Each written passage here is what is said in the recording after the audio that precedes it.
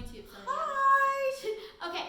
Well, okay, so important. So this is very, I feel like, partial to all of us because growing up, as you know, I, I didn't outgrow my heart surgery, and with my heart condition, I have tetralogy flow. Quick note there if you don't know.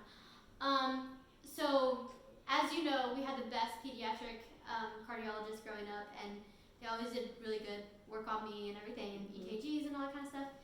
And as you know, I grew very, very slowly. So therefore, my heart, though, we never really experienced anything bad with it. Like no arrhythmias, no. He always did his routine heart monitors and stuff, and I never felt nervous doing that. Like for me, it was like, okay, I get to wear this cool machine for a day. Can't get a shower for a day, but hey, whatever. So as you know, growing up, I grew very, very slowly. Like when I was 8 years old, my mom could still rock me in a rocking chair, like a 3-year-old, because I was that small. And I'm not gonna lie, I feel like she enjoyed it. So first question, how did you feel, or when was, not how did you feel, because I have my answer to this. When was the first time you really knew, hey, she is so little? Like, when was the first time it actually hit you? Wow, she's when so... you were a baby. We would go to the store, and you were 6 months. I was 6 months. People thought you were newborn. Mm-hmm. I had you in your little carrier. Everywhere we went, people would say, oh, you just had a baby. And I'm like thinking, no, she's 6 months old. And I finally started saying, yeah. Yeah, because you get to that point where you're just like, yeah, because everybody would stop us and they thought it was newborn. And I can remember one lady saying, oh, I was premature. Now look at me now. And it was a real short, cute little chubby lady. I'll never forget that. I was preemie. Now look at me now. So I was a preemie, just to let you guys know, about a month premature. 3 pounds, 12 ounces. 3 pounds, 12 In ounces. fact, that little bear that's sitting over there in the chair behind you is the bear that I don't know if they can see that or not. It's the little Dr. Mavrutis bear. Dr. Mavrutis was Dr. Constantine Mavrutis. He's retired now, surgeon. Unfortunately, but he did my heart surgery when I was a baby, repaired tetralogy heart surgery. And your grandparents bought that for you when you had your open heart when you were a baby. Yeah. 16 months old, and we still have that cute little bear sitting right there. So I think grandkids love it. So I realized I'm gonna say different in the fact that little wise, was I always knew I was little, but being blind, you look around, you don't really, for me, it didn't click to me that I was actually for real little. Let me fix his PPE. What? We got your little bear with his little mask on. Okay. Anyways. Yeah, little mask. Poor stuffed How animal. cute. Okay. So. I noticed that. Never noticed the mask until now. All these years. Okay, go ahead. Are we good? We're good. So, when I found out I was little, it really hit me when I was in 5th grade, and this is not a joke. We had kindergarten buddies, and I was the same exact size as my kindergarten buddy, and I was 12 years old, and she was 5. Like, we actually measured. I was the same exact size as her and everything. When I was in 7th grade, I weighed 50 pounds. I remember, going to the blind school, how they would weigh you and everything when you stayed in the dorms there. 53 pounds. I didn't really hit a growth spurt until I was 16. And so for me, I didn't really feel upset. I think for me, I was more shocked. I remember going home and telling my sister and my brother, I was the same size as my kindergarten buddy today. And they literally were like, duh. And I was like, how did they know this before I did? I didn't know. So moving forward later on in life,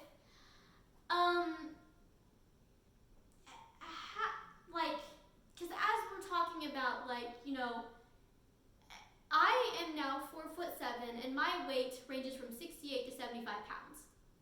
And my body can fit in all kinds of things comfortably. We're not saying just, oh yeah, you can sit in it and then get up and whatever. We're talking comfortably.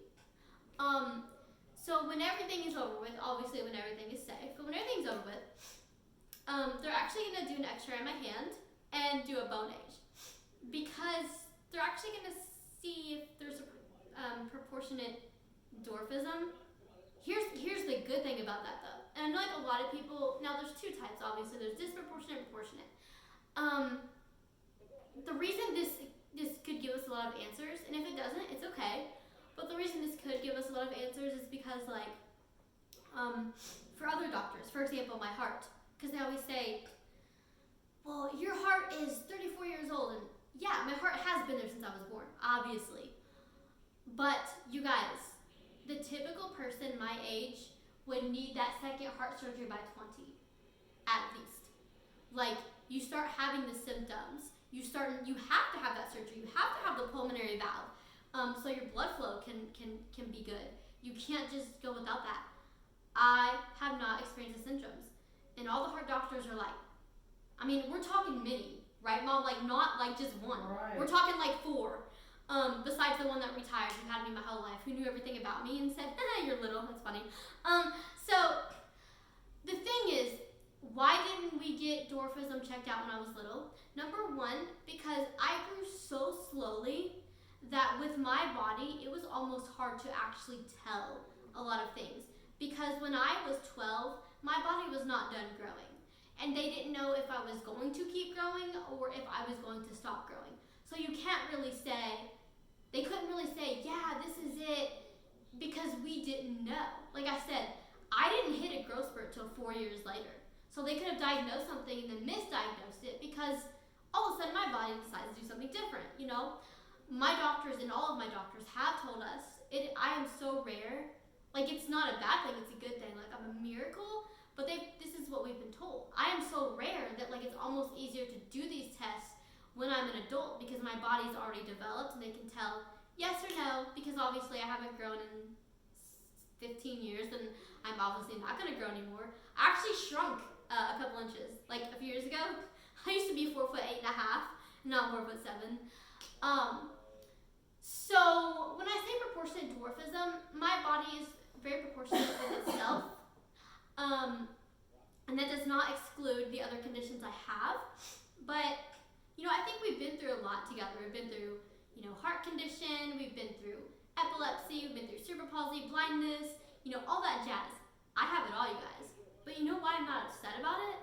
I'm not upset about it because that's the way God made me.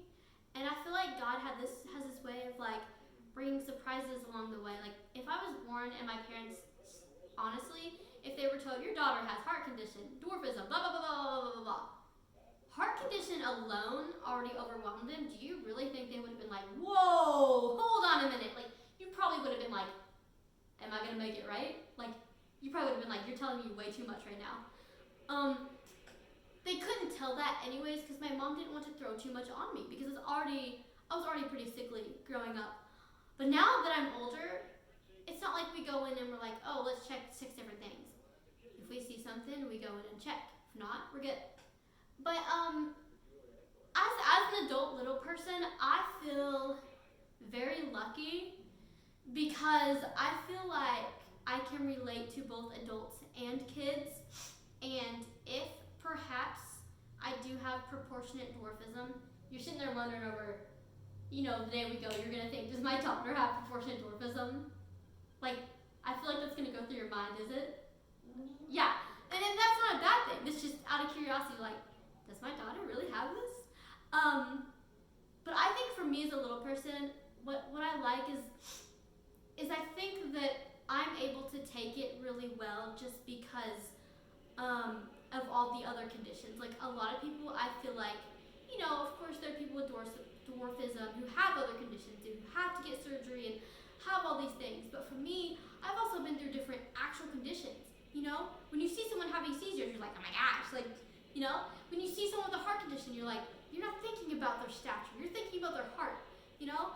So when you go through several different things like that, and then you find out, oh, you have dwarfism, we're kind of like, okay, let's make a cake. You know what I mean? Like, I don't know, is that how you feel, Mom? Like, I feel like, Yeah. I kind of feel like, and that's nothing disrespectful. Embrace. Yeah. Embrace what life brings. Yeah, embrace what life brings you, because here's the thing. and this is nothing disrespectful to all people out there who have dwarfism. I actually admire them. I admire them so much because of everything they go through. I cannot imagine, because it's different for them.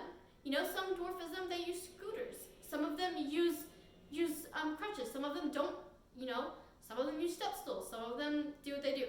But I admire them because of their perseverance, and that's how I feel like I am. Not only could I have, we think there is seriously a high chance I actually do have proportionate dwarfism, because the doctor wouldn't do the test and we wouldn't do the test if we didn't think it was necessary. But when you look at that, when we look at that, we think this actually could be answer to a lot of things. I did not hit puberty until I was almost 17. I remember, like, I'm not going to go into detail, but I do remember, I don't know if you remember this, Mom, but I remember I woke up and I was like, Mom, what is this? What is, you know, when you're a girl, you start the, you know, and I'm like, Mom, what is this? You're like, oh, I should probably tell you now. Like, you know what I mean? Like, I didn't know what was going on. Because we didn't know if it would actually ever happen, is my point. So, I learned really quickly, but that's okay. What do you think was the hardest thing? Hardest thing, like the things you had to. out of everything. Yeah. I think the hardest thing, that I've had to endure is,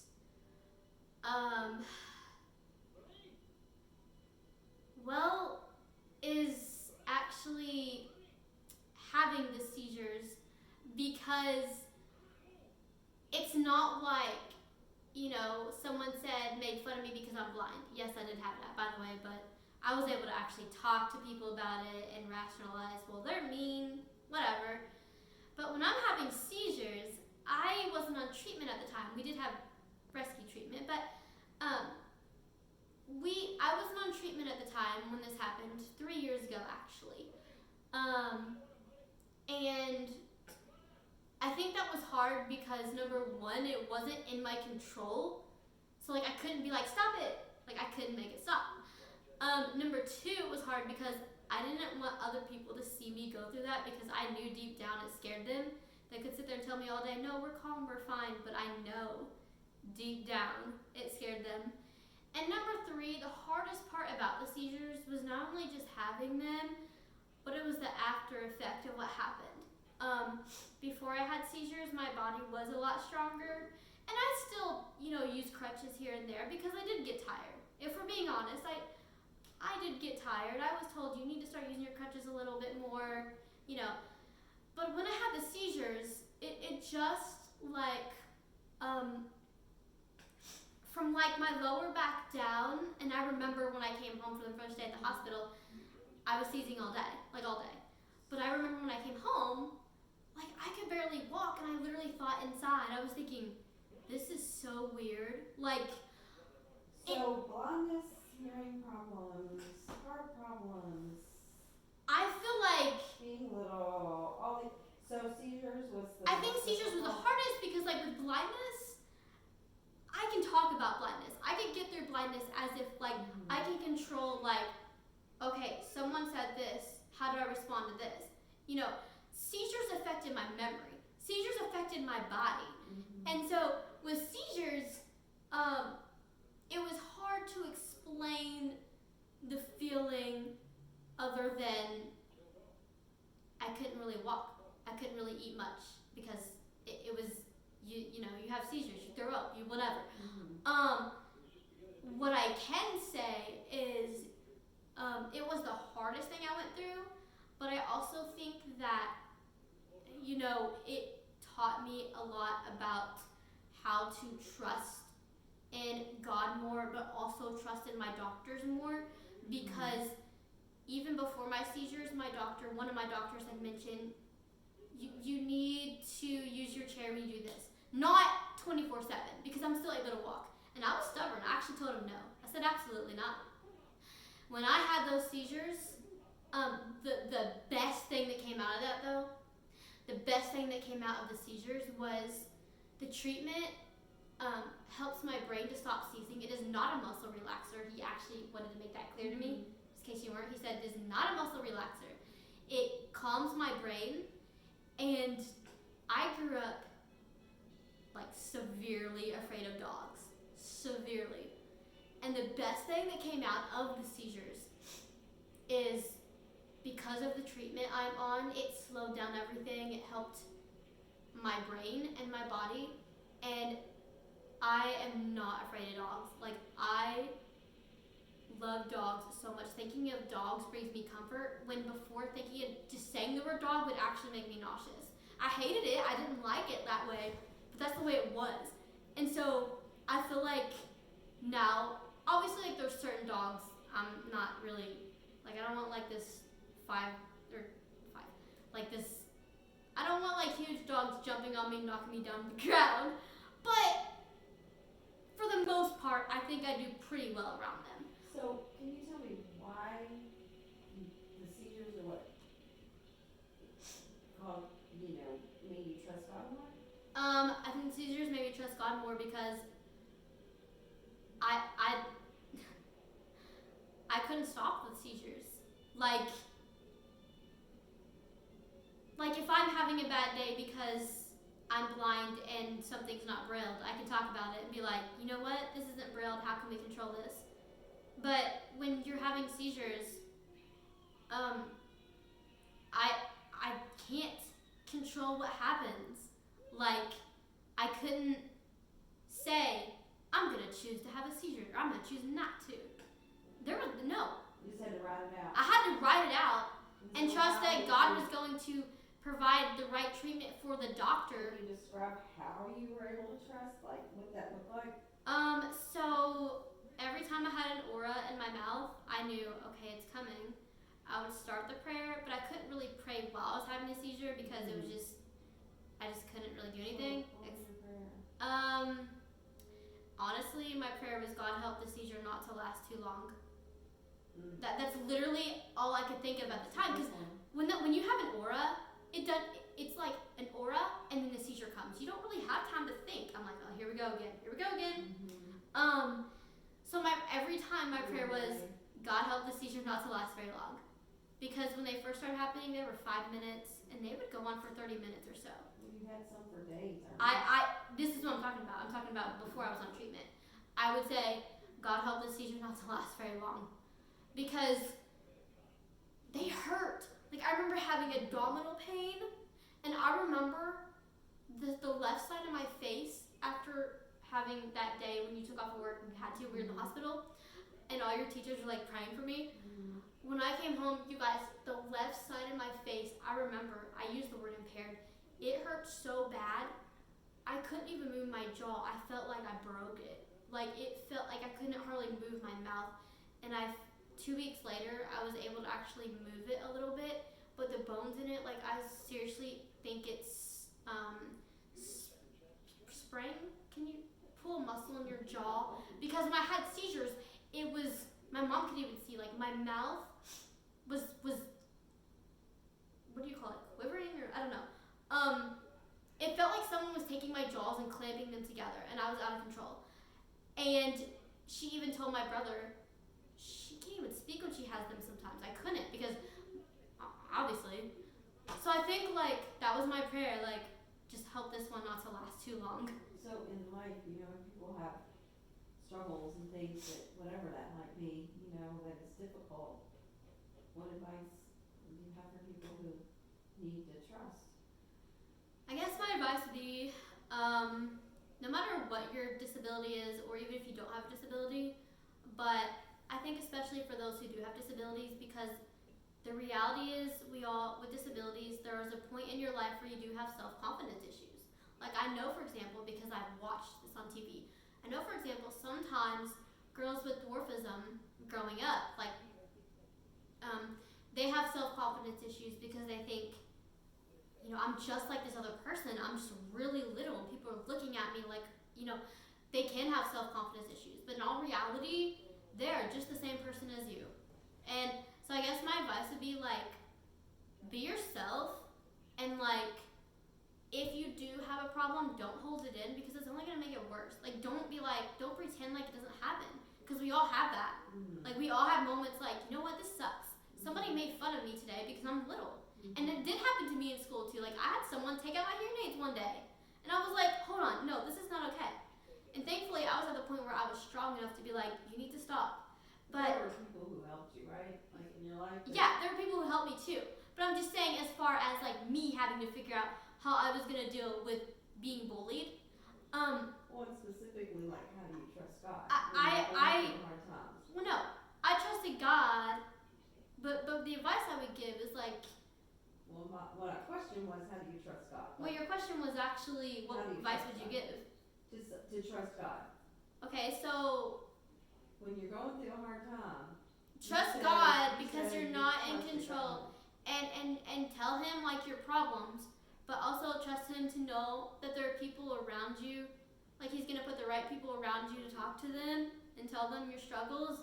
And like I said, don't pretend it's not there because it is. But that doesn't always mean it's bad. It just means maybe you need to talk about it and kind of rationalize. Okay, I'm blind. Okay, I have a heart condition. Or okay, I'm little. Cool, I'm little. It could always be worse. Honestly, it could be.